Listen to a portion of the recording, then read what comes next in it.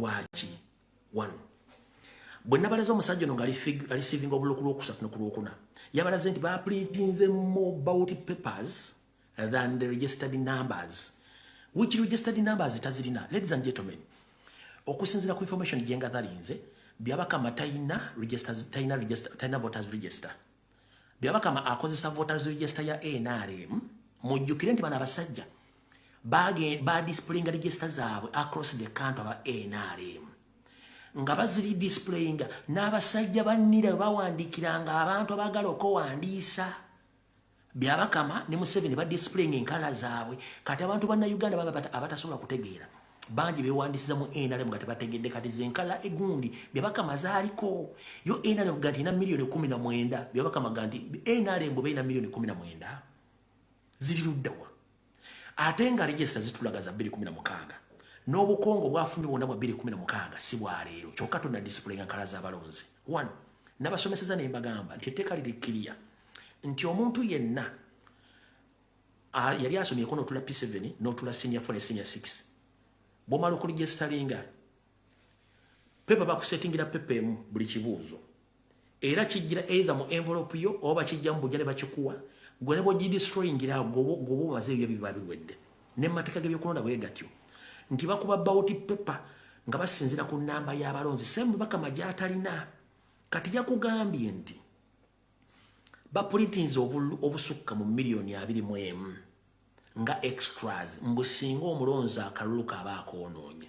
Bannange teri mu Uganda bukyanga tulonda muntu yali ayonoonye kakonge ne bamuwa akakonga akaladdemu alonde tekikkirizibwa. Ekyo yakikoze atya nabagenda mulabe honorable Rutamaguzi ngenda kasika bamuteredde polling stations ezitali mateeka obulo obwa extra bwe bugenda okulonda mu polling station ezo kati ekyo kimwalabe Rutamaguzi ayogerako kyekiri e Busoga kyekiri mu West Nile kyekiri mu North kyekiri mu Buganda ono kiyavuda printing obulo obwonna bino byonna biruwera documented well registered and recorded. So bakama you will answer those questions to display zenka kati the fact is byabakama kiyandibadde ekintu ekisembayo ate kyasoosezza kyekiriwa kiyandibadde asooka okukola kwe ku displaying enkalala okulaga abalonzi baalina wabula tanna displaying ankala ekyandisembyeyo kiyasoosezza ekyokuleeta obululu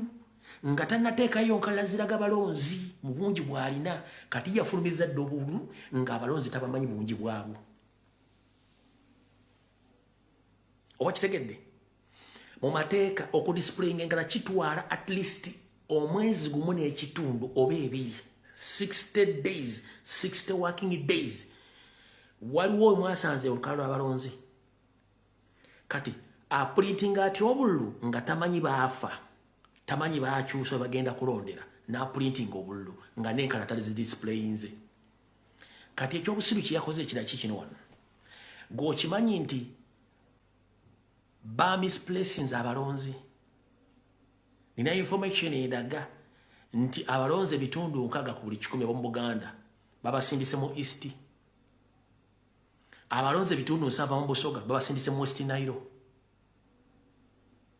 abo mu West Nile babasindise mu West.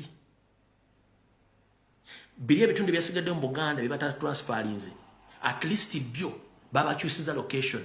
Abadde alondera Namasuba ne bakutwala e Kawempe, abadde alondera e Kawempe ne bakutwala Entebbe, abadde alondera Entebbe ne bakutwala Empigi, abadde alondera Empigi ne bamutwala e Kyengera, abadde alondera e Kyengera ne bamutwala e Matugga.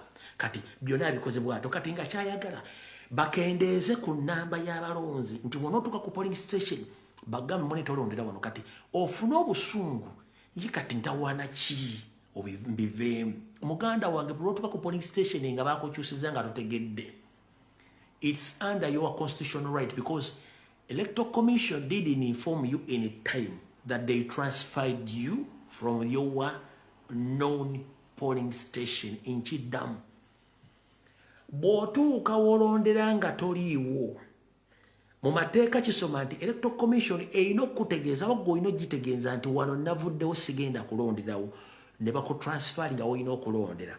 Bw'otuukawo nga tewasaba kukyusa nga baakugjawo kiri mateeka amawandiike electoral commission eno egiwaabira ffe tetugenda mu kooti tugenda mu protest vote awo etandikira nkiddamu bw'otuuka ku polling station nga baakugjeewo nga tekirimu tewateeka tewasaba kujjawo protest vote wetandikira bino mugenda biwulira mu Busoga mugenda biwulira mu Buganda mugenda biwulira mu West Nile ne mu Northern Uganda byabakama kiyakoze kati njera kugamba ffe tetubanja we tutakoze we need a cause which cause byabakama he had already created the cause which we have been looking for almost for previous 5 years. So we've already got the cause of protest vote. Kubanga byabakama agituwadde mu ngalo eri ku suwaani yeeruwa. Taina register z'abalonzi. A transferring abantu nga tabagambye. A misplacing z'abalonzi. A mixing the up. Ya printing z'obululu obuli against the law. Kubanga mateeka gasoma nti Electoral Commission eino ku printinga obululu exactly obuli mu voters register. Etteeka lisoma nti byabakama aina okufulumya obululu obuli mu voters register gy'atalina. Ate kansoke mbategeeze nakano bantegeezezaako nti byabakama records ze si Munnayuganda. Simon Mugenyi byabakama mbereju si Munnayuganda musajja Munyarwanda gwe baleeta under the 58th semester program. Records ze ziraga nti senior gye yasomera mu Uganda nursery primary na buli kimu tebiriyo teri abina mu record yatandika kusoma nga ali mu senior mu Uganda. So such people kyovana nabaga nti mwetegereze nnyo abantu bano endowooza yaabwe n'entegere obwongo butono nnyo bwatera tabizi buno buziko obera ku TV bwatera tabi. So kati mbategeeza byabakama yatuwadde dda protest vote gye tubadde tunoonya. One, mwanabako president nga munyiivu ku by'okudenominating abantu. He's very happy. Why? Byabakama mukozi omulimu gw'abadde ayagala. So you have a cause. You should clap your hands. Mwekubirako mu ngalo byabakama atuwadde protest vote gye tubadde tunoonya ebbanga lyonna. Byabakama akuwadde protest vote gy'obadde onoonye ebbanga lyonna. You have to protest when you have a cause. If you don't have cause, then you don't need to protest. So now we have cause. Ompulidde bulungi nnyo? Nkidda bw'otuuka ku polling station ne bakugamba nti tolirondera wano waba bakujje bakututte gindi. Cause ya protest vote wetandikira kubanga oli mateeka tosabangako kukyusa lwaki bakukyusiza olina cause. Okitegedde bulungi nnyo? Ekyo kitegedde saagala kulwawo. Nenkunnyonnyola nti Byabakama agaanye otuwa National Voters Register. Voters Register ziriyo za 2016 gundi ze yamuwaabiramu. Amawamba bazi yamuwaabiramu ze ziriyo eza 2016 zaakozesa ng'agasseeko n'eza National Advance Movement ze bakozesa tasobola kuzidisiplayinga. Yensonga lwaki abantu abasinga obungi abafulumidde mu Bukonge abamu tebalina mu Uganda kubanga ffe atuwadde kibati. Nkyagala nnyo okwebaza Byabakama webali nnyo bali ddala omulimu guno munnange otwanguyirizaako omulimu. Kyandikibadde kizibu nnyo okutegeera nti obubbi buno bubadde bwe buli naye ate obukoze misana. Twali tulowooza nti Anita Amongi kale ye naye bwe tuva ku Anita Amongi tayebwa ani okifudde luyimba kubanga who has money wins. Whoever doesn't have money doesn't win because that's the system. And we've been following this system a long time ago. NRM, that's the only way they can manipulate people.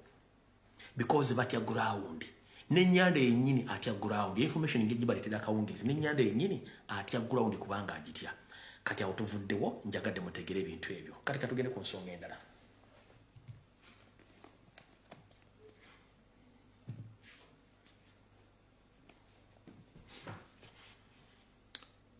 Inspector General of Police Abasi Byakagaba, Muhoozi Kanyerugaba, Museveni Sali Musale, Chris Magezi, mujjeeko wano mbagambe ebigambo bino.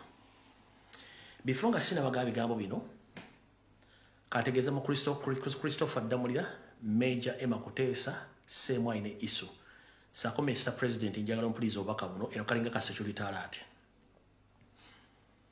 Waliwo team y'abavubuka abaali babaddeko ku kitebe awo nga ba foot soldier naye nga ba freedom border vakweri group gye nasooka okuba. Waliwo team endala nkiddamu Mr. President wuliriza.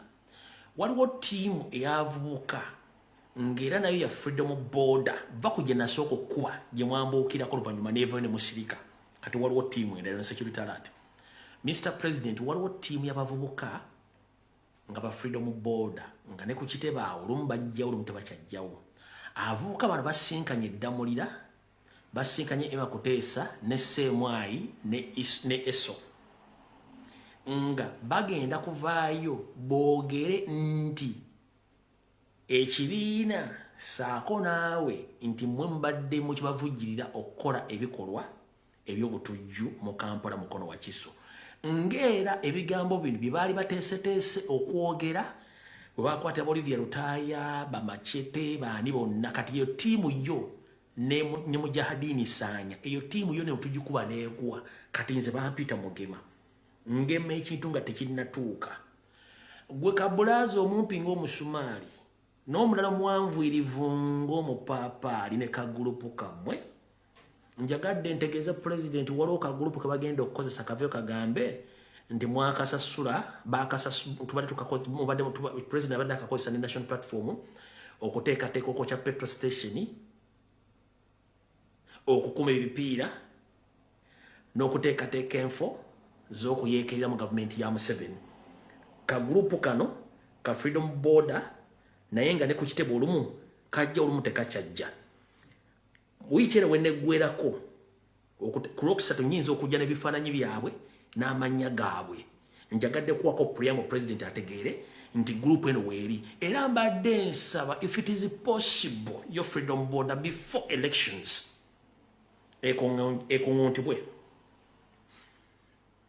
Genda kusaba kulembera ekitebe President muleka agenda anoonya obulubwe wabula nsaba ekitebe nga basigaddewo freedom border mu gikungunte before elections.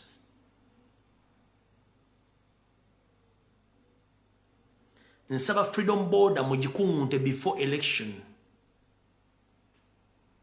Otherwise Museveni byasinga okwagala okuyitamu. So njagadde President obiraweya nti waliwo akabinja akali mu kukola omulimu ogwo nga kaagala kutukola. Sanya Mujahideen kye bali batumye, kye bali batumye Bamachete, kye bali batumye ne tukikuba ne tukiyuwa. Abaana bano babakozesa bukozesa olw'essente. Era waliwo ne gwe bagulidde pikipiki empya. Era jalaji parking ne ku kitebe n'atoka n'abeera olunaku lulamba nga tagenze ku trail ye ng'ali awo aleekinga.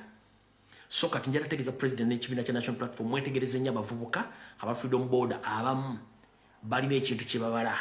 Nze ndi mu kudibaga kino ekintu nabagamba ndi nadibanga Pro Max kati mwe bagayi mwe batege amanya ku Lwokusatu ngenda kujja n'ebifaananyi byammwe n'amanya gammwe. Nze sitya biduduma mbyogera annumba n'onnumba sigenda kuddamu gw'onoomanya. Kati mukkooli erimu katugende wano. Mukulu Chris Magezi nkulabyeko awo ng'oyogera ebigambo bino wammanga. Saako n'ekibiina kyammwe ekya National Advance Movement mugambye nti National Platform ne President Robert Kyagulanyi Ssentamu nti tagezaako okuleeta buvuŋŋano mu ggwanga na kutabula ggwanga kubanga UPDF are ready to engage kubanga they are good at engaging terrorist organization, rebels and whatever. So obufunze omukulu ono omanyi bano abasajja nabagamba boogera ekigambo ne beerabira nti beerabira mwogerwa ne tebeerabira mugambwa. Ebigambo bye yabifulumizza yerabidde nti tumanyi bulungi nnyo nti badde bakuliyetinganga abayeekera mu ggwanga for their own benefits. But mukulu Chris Magezi, before you blackmail or you do propaganda against Robert Kyagulanyi Ssentamu, can you inform all Ugandans that on 20th of December 2025, the Mountain Brigade, which operates in Congo, was ambushed and 110 of indigenous UPDing service officers were killed? Can you come and explain to the public? I'm here to inform Ugandans, more especially the families of those serving in UPDF, more especially the indigenous, that the Mountain Brigade, which operates in Congo, on 20th of December, they were ambushed in Congo. 110 serving indigenous UPD officers were killed. But no one in UPDF or in any government office has come out to clarify about the information. Everyone is quiet. Nchiddam. Mukulu kulisi magezi.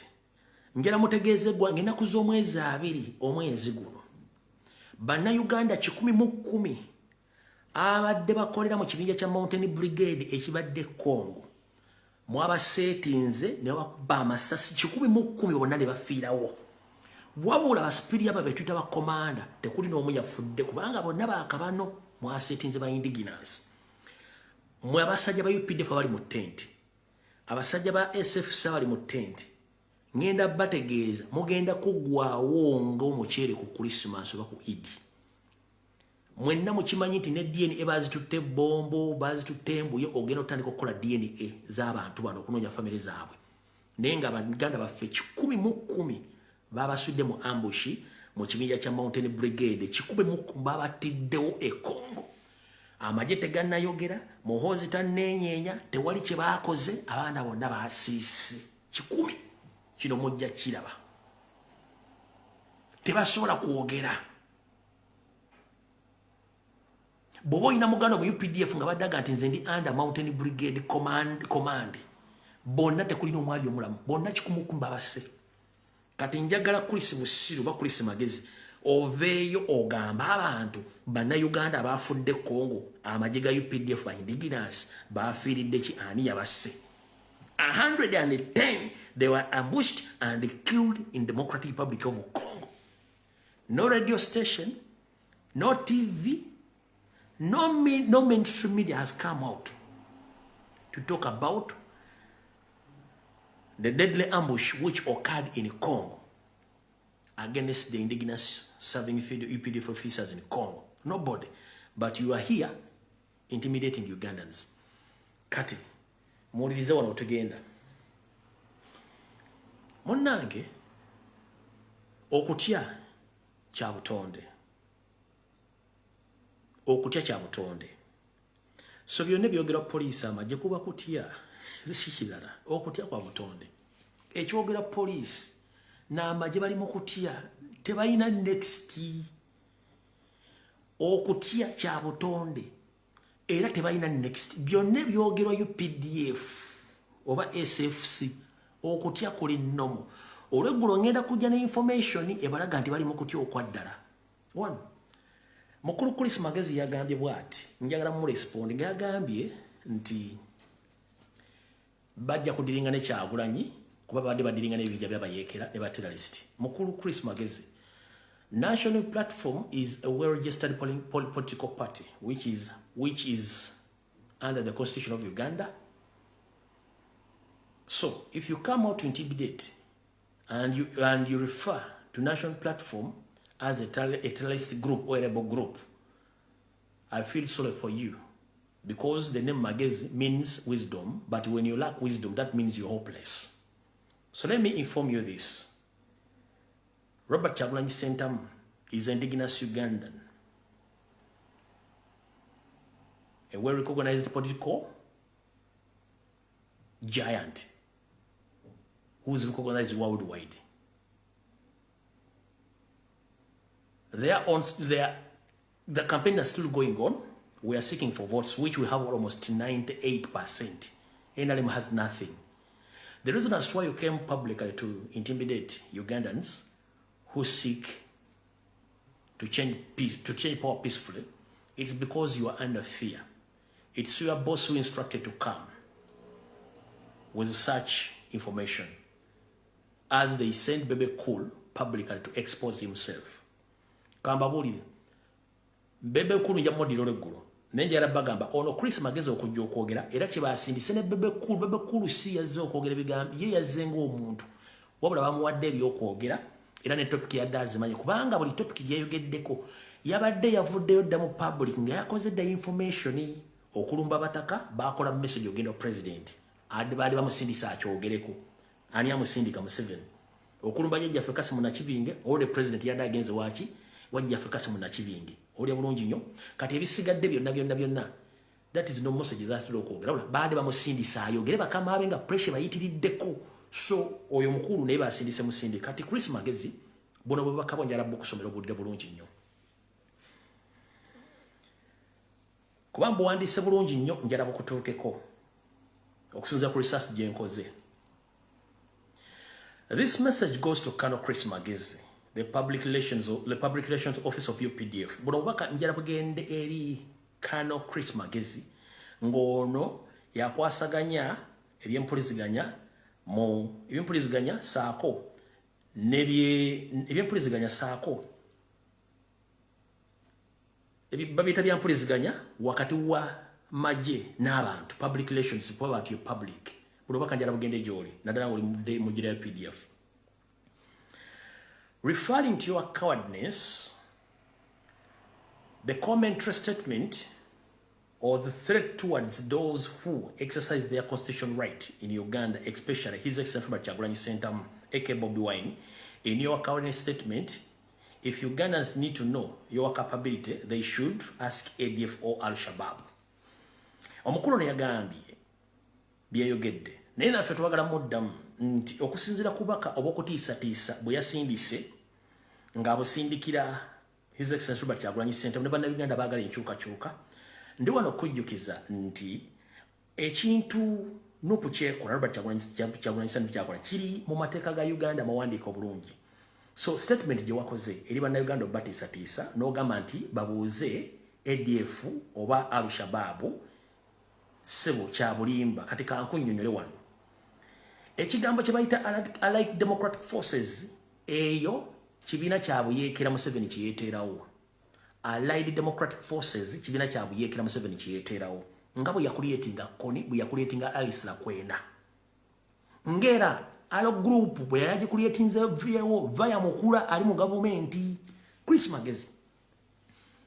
Allied Democratic Forces, a label group, was created by Museveni himself, as he used to do previously. He created Joseph Kony himself. He created Alice Lakwena himself. He created the Arab Boys, which group was led by the so-called Mukura. Captain Mukura. You understand? So Allied Democratic Forces, the leader of Allied Democratic Forces, who's right now in Luzira prison, tried in a civilian court. Wairo Machete, Eddie Mutwe, Wayusa Mufumbio, Smart Wa Bobby and the others are tried in a military court. Are you a fool or musiru?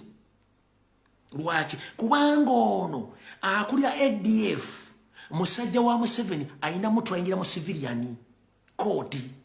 Choka banansi abayita mu constitution okunonyo obuwanguzi okukyusa government mu bagezesa mu court y'amaje oli musiru. You think we don't know who funds and who funded the Allied Democratic Forces? It is Museveni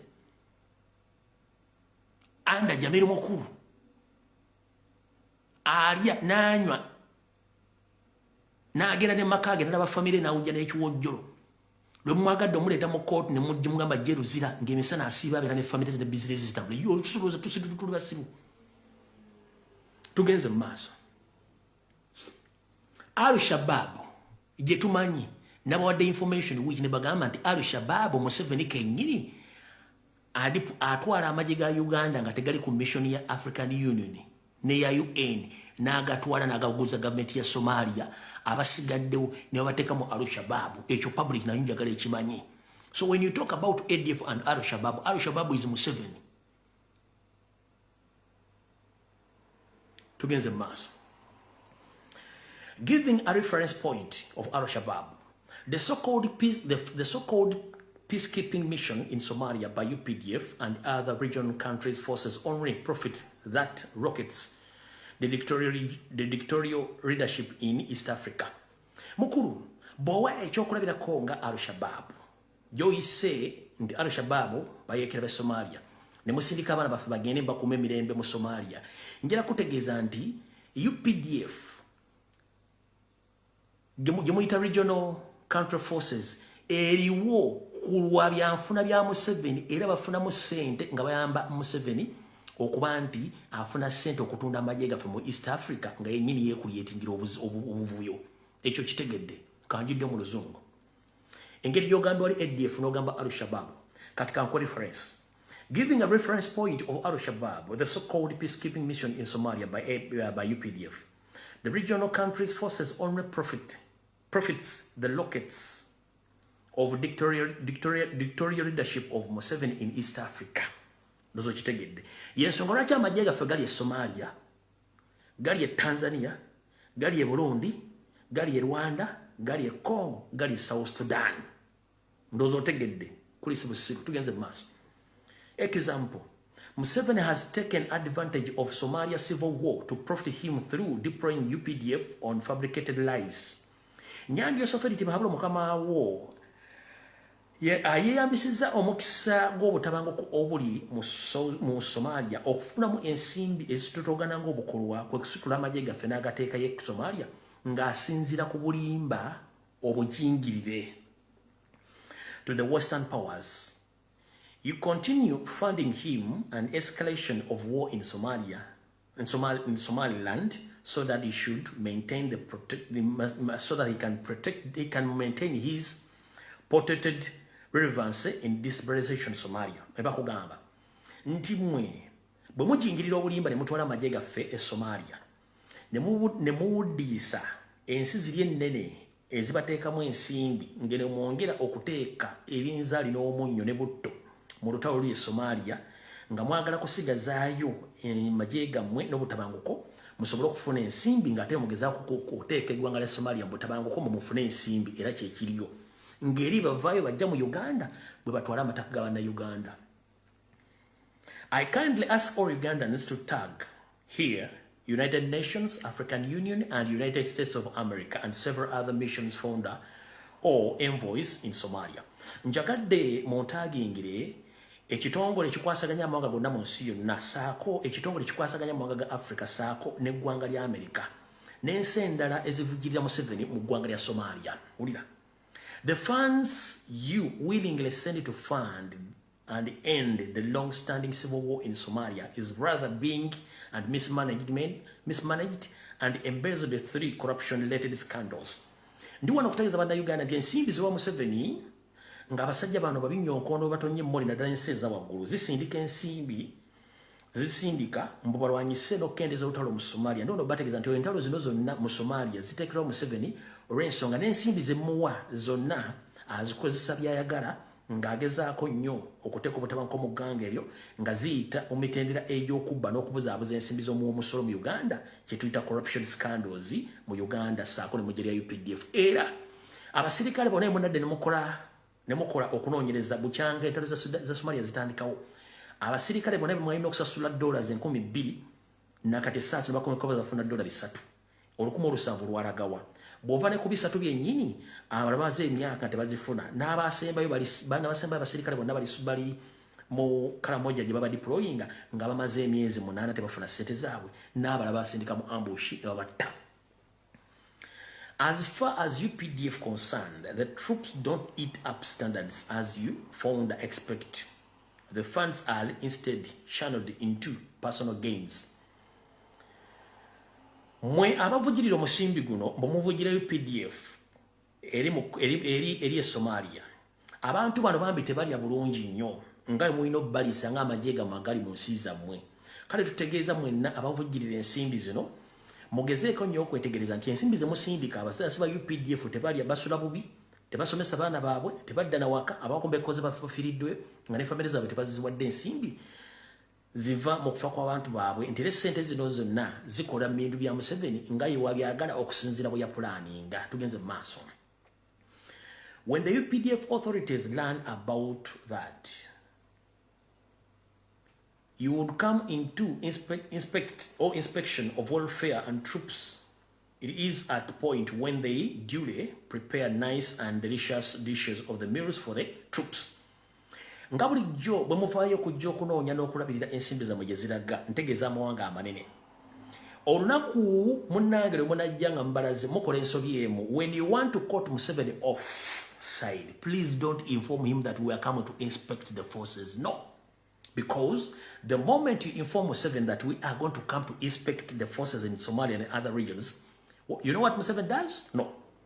He dresses those troops well. You understand? He dresses those troops well.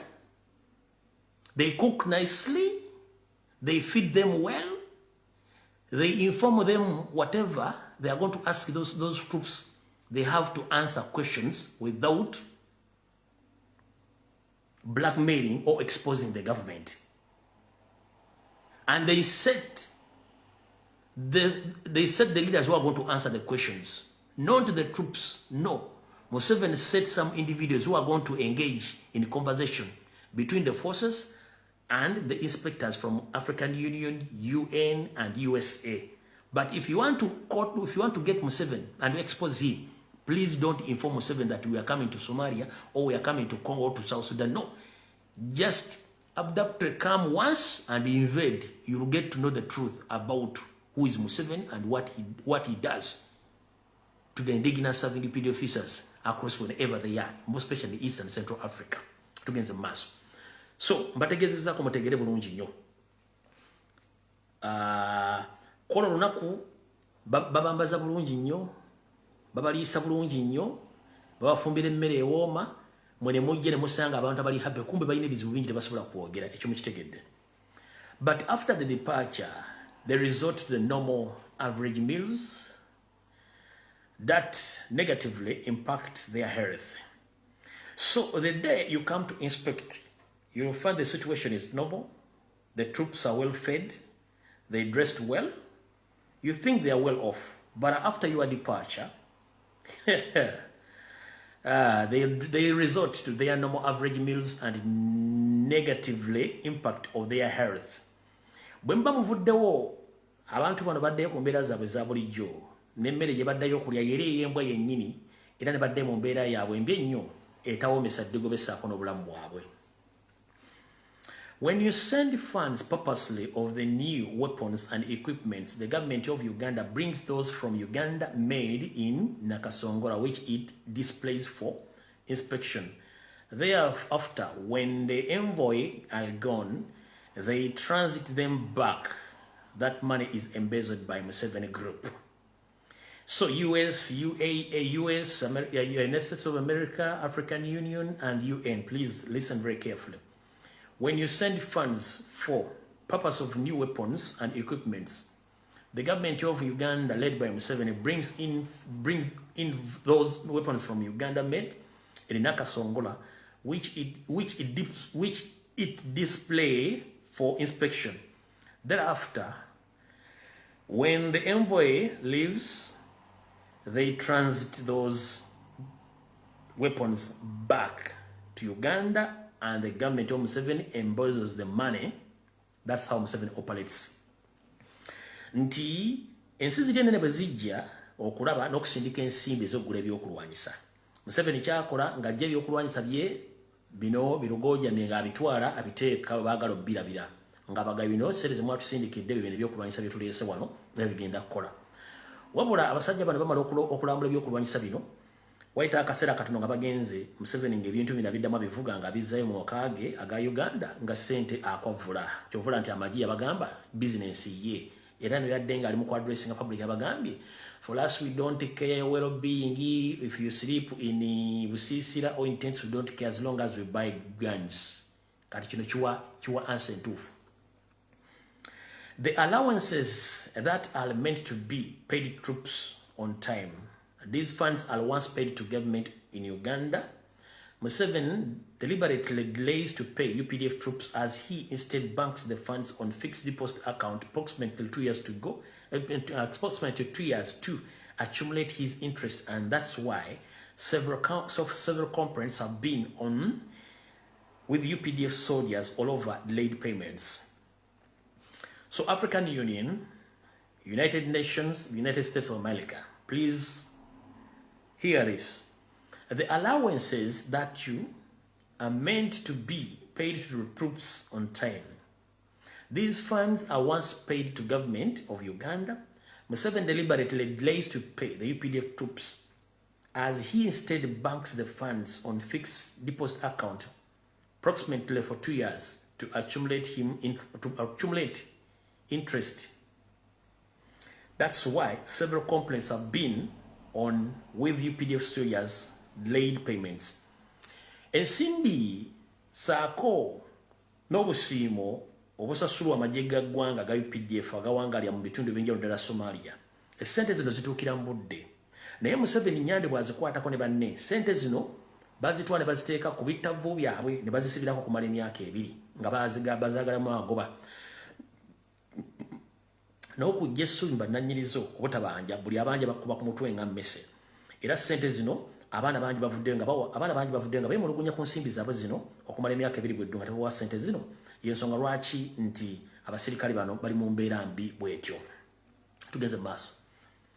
Allowance meant to be given to troops monthly are instead swindled by the top commanders of UPDF troops, leaving troops vulnerable.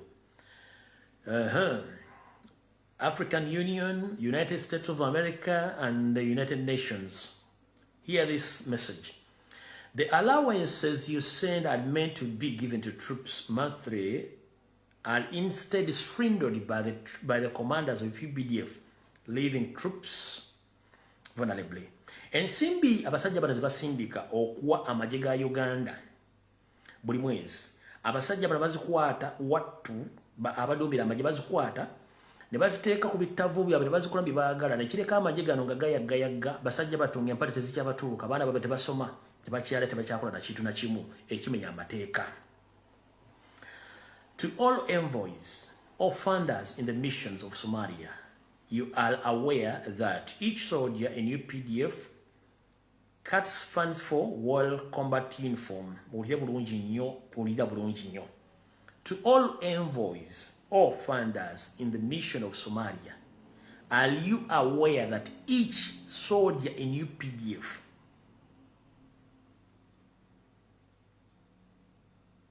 is cut funds for the war combat uniform?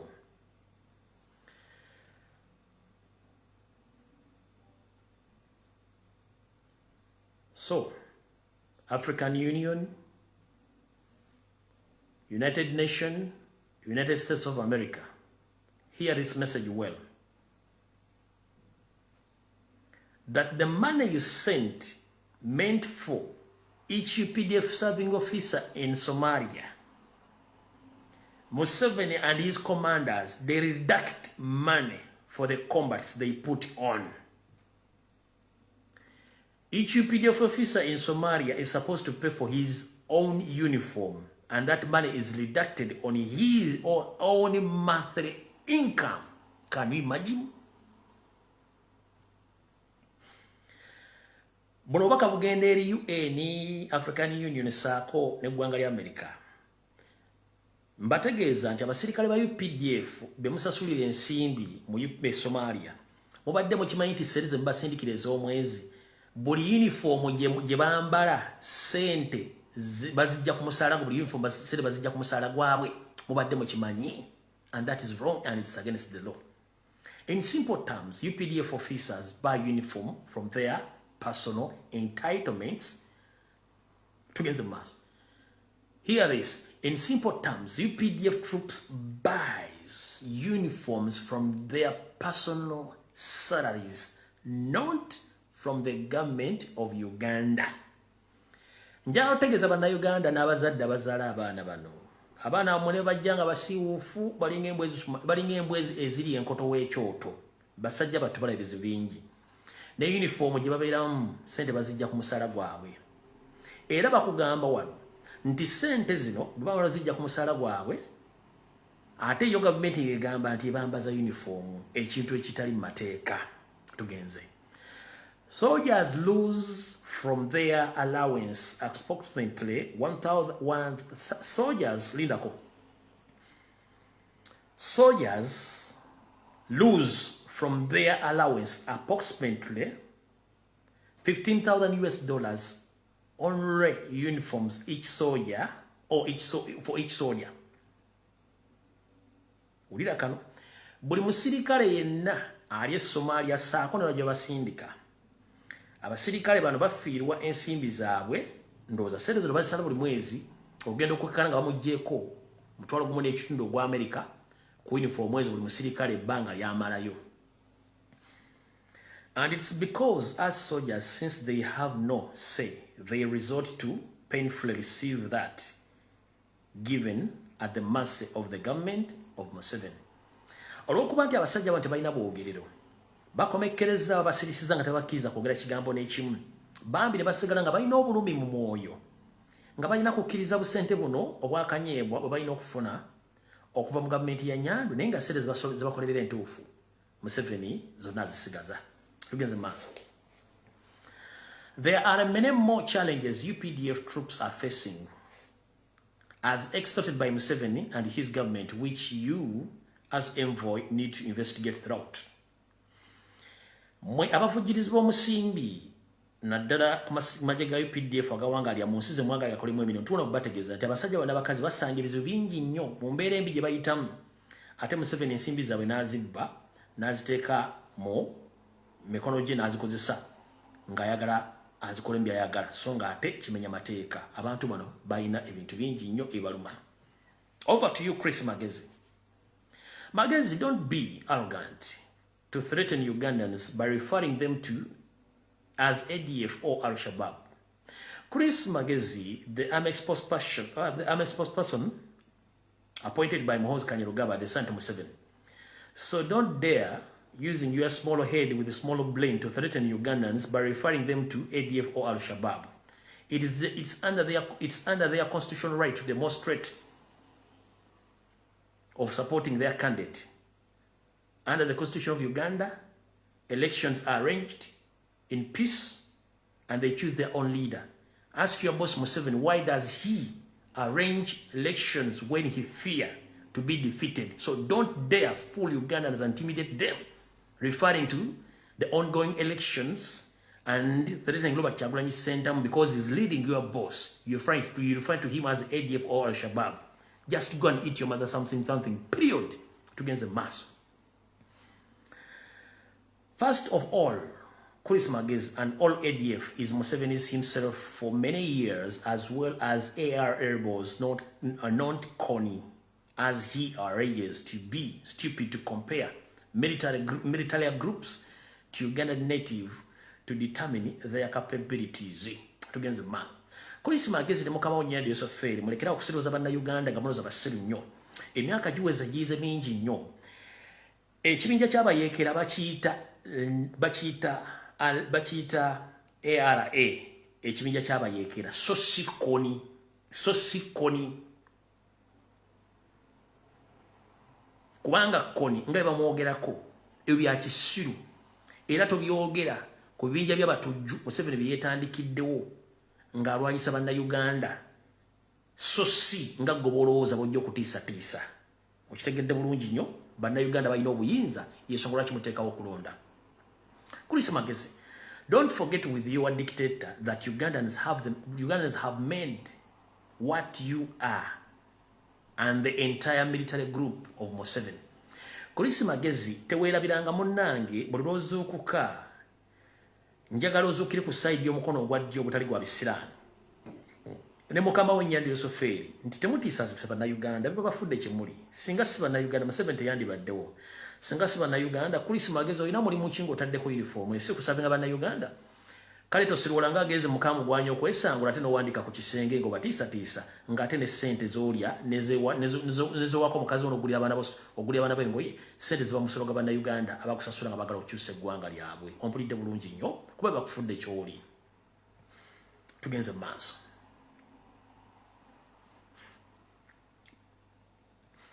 UPDF must be people's army, not personal property of you or Museveni. Chris Magezi njagala kutegeeza nti eggye lya UPDF lya bannayuganda bonna so si lya muntu ng'ekintu ekirala kyonna nga Museveni bw'akitwala nnyongera okukujjukiza. I want to promise you that one day you will detest the anger of Ugandans, and it is the moment you will know that your capabilities on Ugandans is zero. Kulisi magezi nyongera okujjukiza era nkusuubiza nti olunaku lujja kukyalimu nga bwe lujja bwe tulusubira essaawa yonna. Munnange ojja kulozaako ku bukambo bwa bannayuganda ng'obudde butuuse obudde Rwanda era osobola okutegeera bannayuganda obusobozi bwabwe obawe mu constitution ya Uganda nti gwe ne Museveni temulina kye muli just mweyambisa bweyambisa butujju okufuna kye muli naye nga muli zero.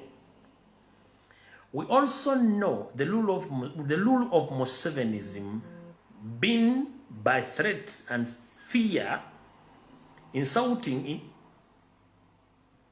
kanjiddemu ffenna tukimanyi nti enfuga y'amateeka etiisa nnyo Museveni ne Museveni n'atiisa bannayuganda nga tagoberera mateeka ng'agezaako nnyo okuteeka obutali ng'agezaako nnyo okuteeka okutiisatiisa bannayuganda balowooze nti waatali Uganda tesobola kubeerawo. Twongera okujjukiza Museveni, Uganda was there before you and Uganda will be there after you. So whatever you are doing and family, get to know that Uganda was there before Museveni and Uganda will be there after Museveni and his family. But the question is, after Museveni, what is going to happen to his family? Because the public now knows who's the enemy number one of the Republic of Uganda, that is Museveni and his family. And there is no way how Museveni is going to escape all the criminality and all the atrocities he had committed in Uganda, because people with the history and information are still at large. Just they are hiding for their safety. But very soon, the world will be shaken after hearing the information of all Museveni's criminality, which he had committed against the will of Ugandans without using any kind of law in Uganda. Bongera okujjukiza Museveni nti munnange obudde obukutte ekikutte obudde kinaatera obbuta. Naye Uganda yaliwo nga Museveni tannajja era Uganda egenda kubeera Museveni ng'avuddewo naye famire ye naye bagenda kubeera wa olw'ensonga nti bannayuganda bangi nnyo basirikidde information gye balina era nga beekwesa okwetola ensi yonna nga balinda ekyosi kiyite bajja kufulumya information mujja kutya erage ebikolobero bya Museveni byazaakola ebbanga lyonna. Olaba kati abamu bakyasirise muli mu kwesalira byayi nga mugezaako okutiisatiisa kati singa munaamuvudde mu gavumenti mugenda kuzzaako ate ng'obudde butuuse tugenze mu maaso. Stopping threatening Ugandans because they are the one feeding you and your family. Mukulu Museveni mutabani wo sali musale ne Christmas mulekerawo okutiisatiisa bannayuganda kubanga watali bannayuganda mugenda kulya luddawa kubanga bannayuganda bebaliisa famire zammwe nawe kennyini bebakuliisa. Tukere enkyanga bannayuganda bonna tebaliiwo nga waliwo kulisi magezi muhoozi sali musale ne Museveni nga bannayuganda bonna tebaliiwo nga tewali nasasula musolo mugenda kulya luddawa nze mbuuza tewali. Tugenze mu maaso. You are nobody without Ugandans, but watch the space. That is the sweet moment from Museveni and his military group coming. Mukulu kulisi magezi ne banno obaka mbulidde bulungi nnyo mulekera okutiisatiisa bannayuganda. One, nyongera okutegeeza bannayuganda nti tebayi muntu akutiisatiisa ngenda kuza omwezi 15 omwezi ogw'oluberebe 2025 genda olonde bungi mugende mujje bukonge bwammwe teri agenda kutiisatiisa. Nyongera kikutegeeza under the instruction of US, Canada, UK and European Union, they instructed Museveni he should not shoot any civilian who is exercising his constitutional right of voting. Muganda wange togeza n'olwana n'omusirikale yenna ku lunaku lw'okulonda no genda olonde okakuume okabanje otambule tolwana musirikale. Don't interfere with any soldier. Your constitutional right is the celebration. Demand your victory. Kabulaza togeza mbo oyingira omusirikale omukuba no, leave him alone, let him shoot you nga toyina musango. Everyone is going to face the consequences. muganda wange kera ngena kuzo mwezi 15 January olonde tebayo muntu yenna akutiisa ompulya bulungi nnyo tebayo muntu yenna akutiisa ku lunaku olwo genda olonde kanoonye kalonde kakuume kabanje kalwanirire nkiddamu nga 15 kanoonye kalonde kakuume kabanje kalwanirire kubako egonzera okuba okulonda okusembayo lwaki kugenda okusembayo bw'olaba Museveni essaawa zino ali mu kutya n'adiployinga amagye nga kiri against the law bw'olaba Museveni essaawa zino nga osabye bamukama okugyamu bakaba national platform nga n'okulonda tekunnatuuka bw'olaba amagye agalina okukuuma ensalo gayingidde mu kalulu gatiisatiisa genda osome ekiwandiiko bya Chris Magezi kyewandiise ekyo message zonna ezirimu zaakutiisatiisa Museveni tolina lobotinage mu UPDF tolinamu lobotinage olinamu human beings which human beings obadde obabbidde emyaka 10 tosobola kusanga indigina serving UPDF officers nga ine UPDF nga adde afuna omusala nga ine ennyumba bisenge 3 ne 40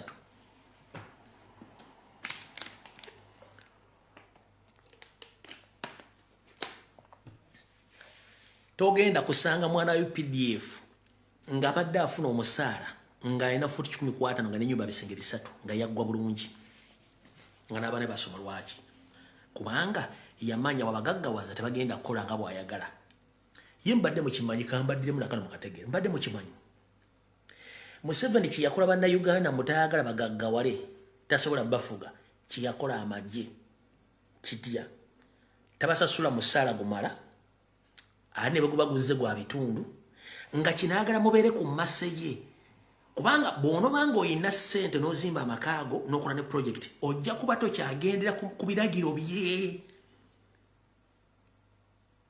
kati n'amagye gennyini yagateeka mu mbeera y'abannayuganda nga tayagala bagaggawale nga buli kaseera bagenda kusindika commission naye nga yaafunamu nga takusasula musaala kati bambe olina okubeera ate n'omulimu ndi wa UPDF kati naakola kawampite ekyo nakyo yakikola n'amagye mubadde temukimanyi yakikola atya yabateeka mu magye omusaala bawa mutono tebasobola okukola mu kintu gujja kikeerezi gujja bagusaze kati bambi nga balina kusigala ku maseye bwate bwakikola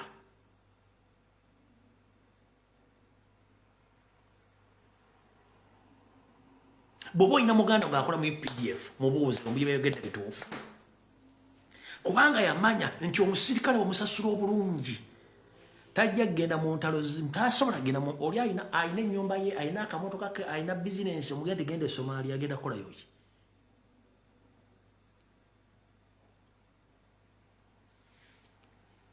omutwale mu ntalo z'ekisibo nagamba gye yagateeka mu fix n'agateeka mu nkola y'abannayuganda gye bateekamu baavuwaze basigale awo nga ne bumuwa 2,000 agamba thank you very much n'abapoliisi n'abakola bwe batyo n'abaprison n'abakwala bwe batyo genda okinoonyerezeeko nekyesaagala bagamba leka nkibasuneyo katono waliwo ebintu bino biri ku sayidi 2 naye njagala ompulirizeeko bulungi nnyo njagala gwe kennyini olondeko sayidi y'entuufu 1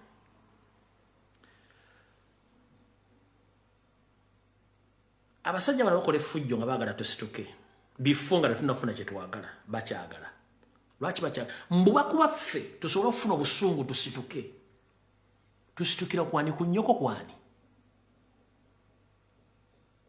mbuuza mwaba tukuba mbu tusitukire ku nnyoko tusikire kwani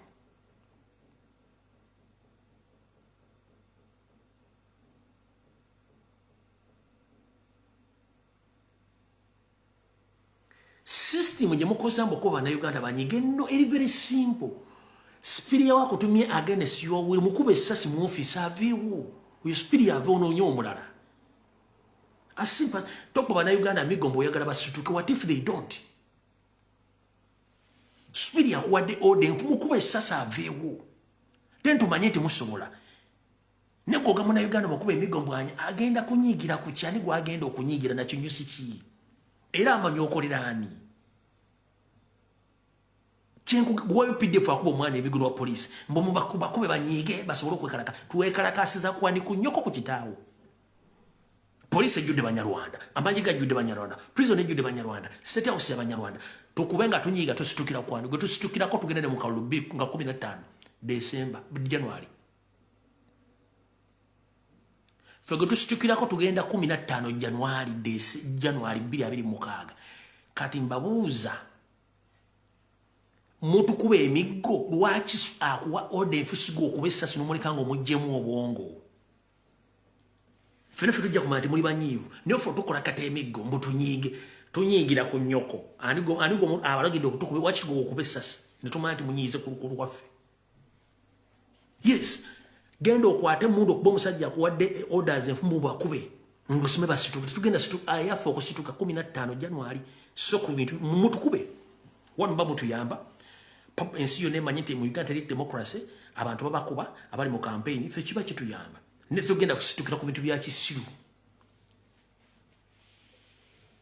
videos zonna tuzirina ffe mutukube tusituke muwambe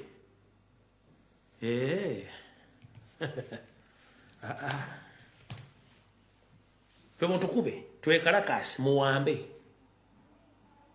tujja kusituka nga 15 nga biri mu buyinza bwaffe ekintu kyonna ekitali mu 15th January don't dare 15th January is the D-Day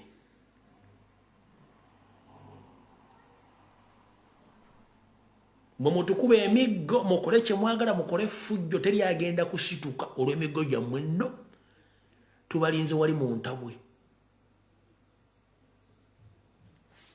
aho tuvuddewo kati kanfundikira akatambi kano ngenda kujja olweggulo ku ssaawa 2 nga bulijjo njagadde okukola video nobazzamu amanyi nobategeeza tewabakutiisatiisa ku kintu kya bendera ya Uganda owa flag oyina right ebeera ne flag wonna weyagala mu Uganda kasita obanga oli ku ttaka lya Uganda tu bendera ya Uganda sebateeka atugamba ogipromotinga nuku kye tukola ate agijja wogitadde yatajagala kubanga ali against the law mugambe bikazi bya NRM n'ebisajja bya NRM nti mwabajja bendewera abantu gye bazitadde mwe muli against the law etteeka liri clear nti any Ugandan you are supposed to promote the flag of Uganda both local and international etteeka liri clear nti bendera ya Uganda munda Uganda kikakatako gipromotinga ewaka n'ebweru nupu kyekola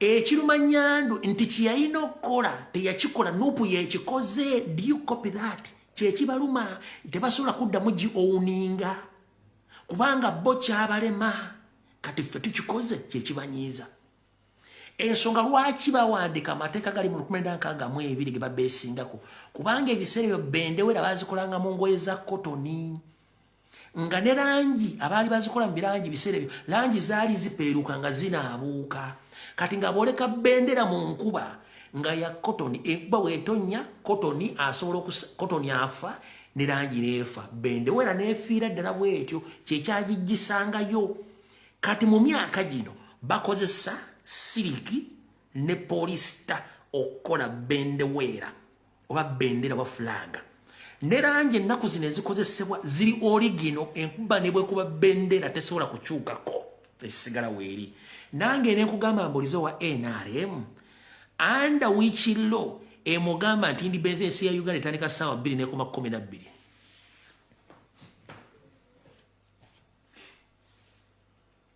independence ya Uganda etandika 1962 erina okubeera forever all the national flags are supposed to be raised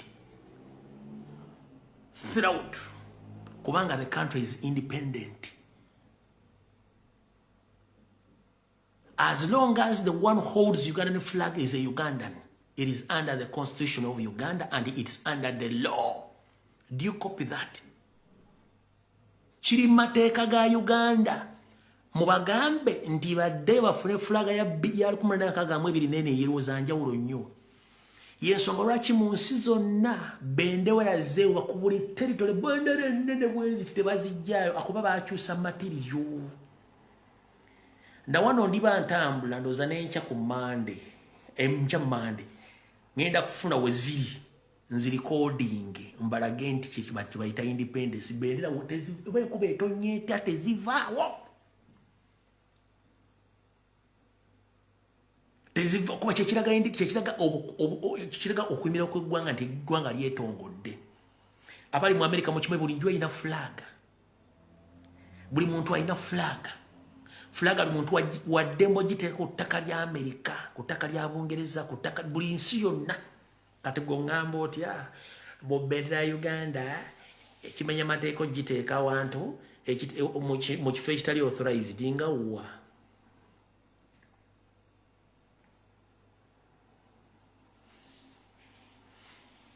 Ekibaluma mwasoma constitution gibasinga bali against the flag, plus we are promoting the flag. Okitegede Museveni and the NRM they are against the flag. National platform is promoting the flag. So now they are fighting against the promotion of the flag. Ate fetuji promoting kachibatabudde. So bendera yensi tebagijjaayo.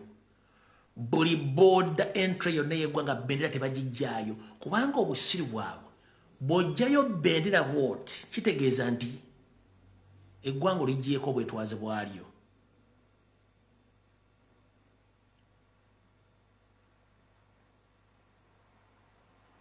Njagala oyo omusiru w'omuwa mugambe atulage bendera ya Uganda nga bagijja ku kisaawe Entebbe oba ku border entry yonna yeggwanga bajjako bendera ya Uganda ku saa 12. Oyatuga ati all of border entries in Uganda zirina separate article mu constitution baga nti bendera bazirekeyo. Naye kyeyayogedde oyo musiru yabadde kollo. Ask the NRM goons, is there any different article in the constitution which allows the national flag to be removed at 6 and raised at 8? And the same article which allows the national flag to be raised throughout on all borders entries in Uganda. Ngebera 24/7 mwaka which amateka ganjawulo. Amateka gegamu just bano bakataala. Ku border entries za Uganda zonna bendera zibirako 24/7 throughout. It shows the independence of the country. Nekiraga nti wano oli muyingidde eggwanga Uganda. Bw'oziggyako hakati eggwanga liri shifting nga lifuuka lyani. Bannange tusisinkane ku saa 2 muŋŋambire Sheikh Gugwa Mukwasi ng'afundikira muŋŋambire Sheikh Gugwa Mukwasi paati tungirina naye mu mugambe Lumbuye yakugambye nti ebigabo byayogera si bibye byaba concerned citizen kana ate bwaba yavumye nze ate sinnamukwatako n'olwaliro nzija n'aba concerned citizen n'obujulizi obupya ne we alina dancing hall nzija nawo buli kimu kyonna n'obujulizi obupya. Sheikh Gugwa bakutaaga bakuga nti Lumbuye yakwetako saa 2 nze ndalese concerned citizen n'olwaliro nzija ne concerned citizen nze sinnakukwatako ng'omuntu ke nakukwatako ojja kutegeera n'olwaliro nzija n'obujulizi obupya nga nzija n'aba concerned citizen to prove the information I released yesterday. So Sheikh Gugwa ojja kuba bulungi nzi ku saawezi 2 ne bebe ku saa 2 nzija kubanga simanyi alikambiyo so simanyi academy nayo siyo mwabanzi be information nzija nayo okitegedde bulungi nnyo. Lwaki? Kubanga ono gwe twogerako yali president yamyuka ambassador wa Uganda wa Saudi Arabia. So ali influential naye mumenyi w'amateeka era mwogere mbu yakugambye n'okugenda mu vetting committee mu parliament yagende ku masa ya Museveni nga amaze okugamba nti Amonge oyo ayitewo kubanga teyayina mpapula. Ng'olwo ne yabagamba nti bw'ayita ku vetting aba amaze kubanga ali mu kooti alinawo emisango egiri mu kooti egya lukwata gita singers. kati njagala yasame mpola nze ne Lawrence genda ba concerned citizen wabula nzija ne ba concerned citizen ne bwana asukako wasukka nja kujjanga chemical ali origino kati nkomo ne ba concerned citizen mu party 2 kusawezi mutagenge gugwa owalukwata jita singa zikusawa 2 nkomawo wano nchade ba concerned citizen najja nze nkube bwe najjo jja kuntegera kuba ne misango mu koti je ate nakugambye nti okwata baana bato sinna kugamba bakazi goluwadde bokwata abakazi nakugambye okwata baana bato so si bakazi abakazi oluwadde bo bakwata ne nakugambye nkomone ba concerned citizen lwaliro mu party 2 kusawa 2 nze bwe najjanga nzo jja kumpulira